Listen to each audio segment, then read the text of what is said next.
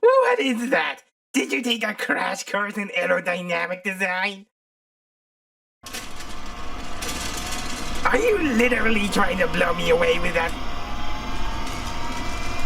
Well, too bad. Get ready to... Ah!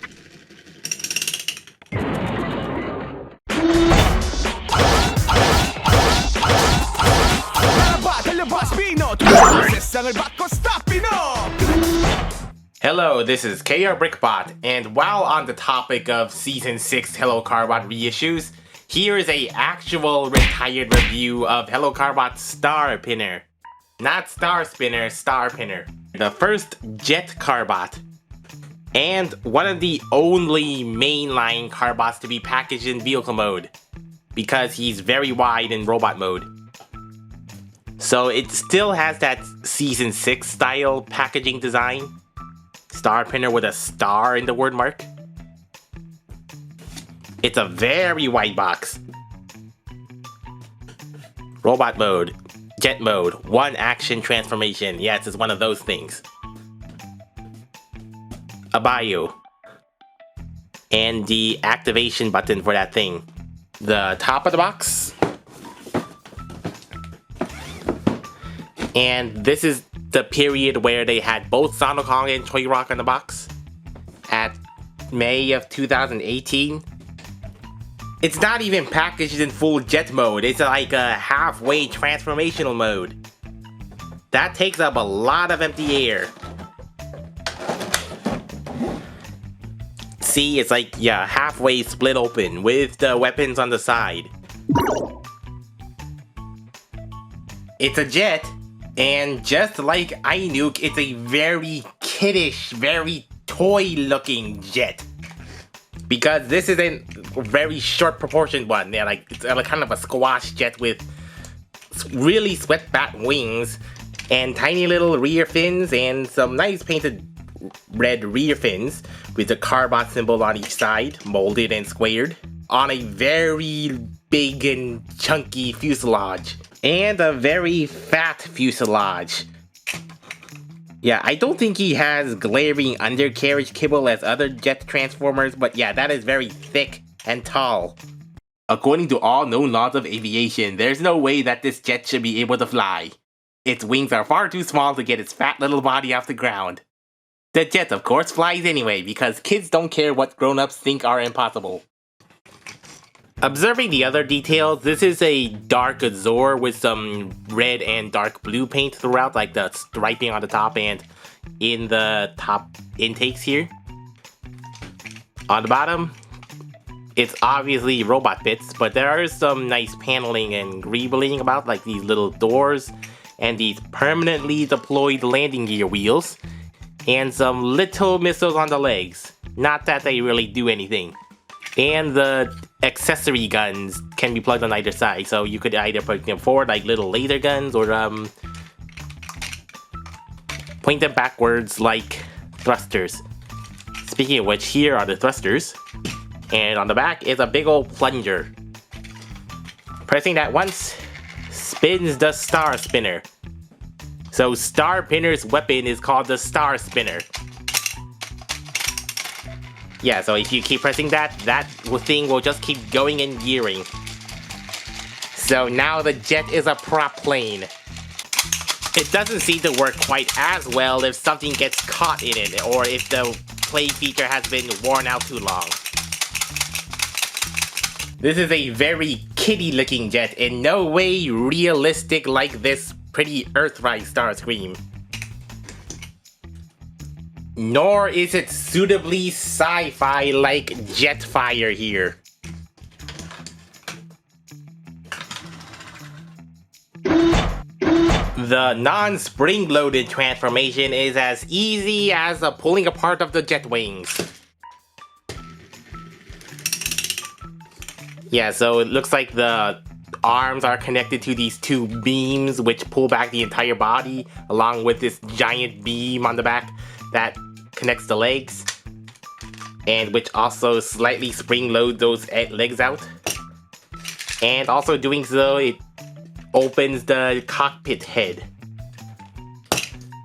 and then manually fold down the arms. Starpinner is very similar to the other two Carbots that share this giant chest gimmick design. Very long body with all sorts of baggage and levers all about. Very wide arms.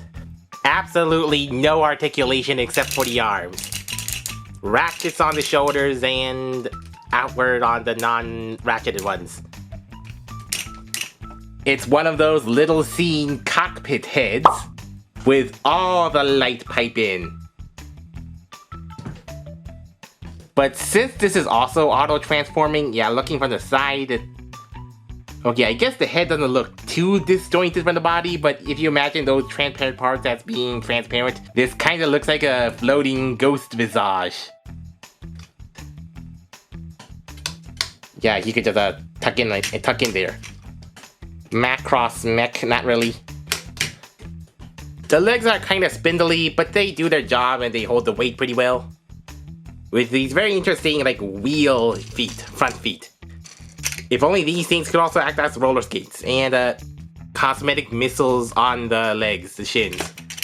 And yeah, these legs have absolutely no articulation because they all have to be sacrificed for a slight auto spring-loaded spread. Very slight. Not even knees or thighs. Also, I think another reason why these giant chest things have immobile legs so that it just provides stability. Because I guess you don't want to have the kids flopping this thing back and forth while they do that thing. Speaking of the thing, yeah. So this phallic silver-tipped nose cone can of course spin when you press the same trigger on the back.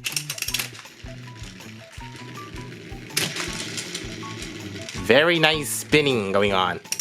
So if you manually circumcise this star spinner, you can see those details. Simple triangular red paint. That's on auto spring-loaded gravity affected springs. Yeah, if you could get a still shot of this, this would be a nice pose. But yeah, with this exposed, with it transparent yellow exposed, this looks especially phallic. Speaking of which, the landing gear is just right there, so yeah, that's also a different kind of phallic. And a circular vent in there. So the innocent kids who would never think this star spinner is nothing but a giant laser blaster, they will probably have some fun just pressing that thing over and over, just being mesmerized by the spinning propeller thing.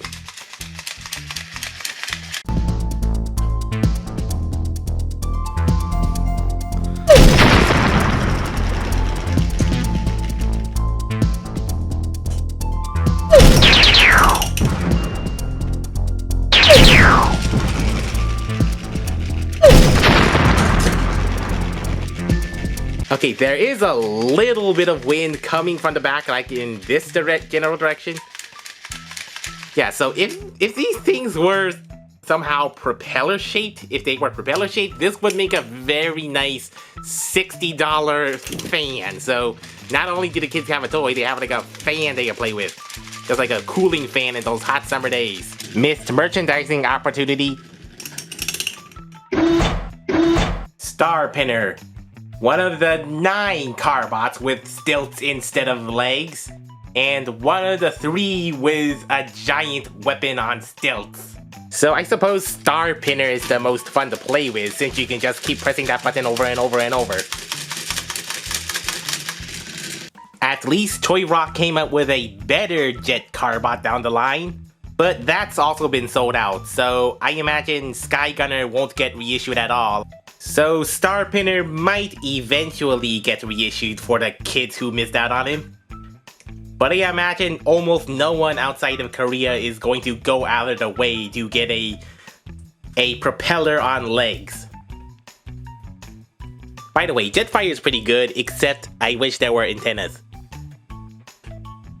Thanks for watching, and be sure to like, subscribe, and hit that notification bell, and maybe comment. And until next time, this is KRBrickBot taking off.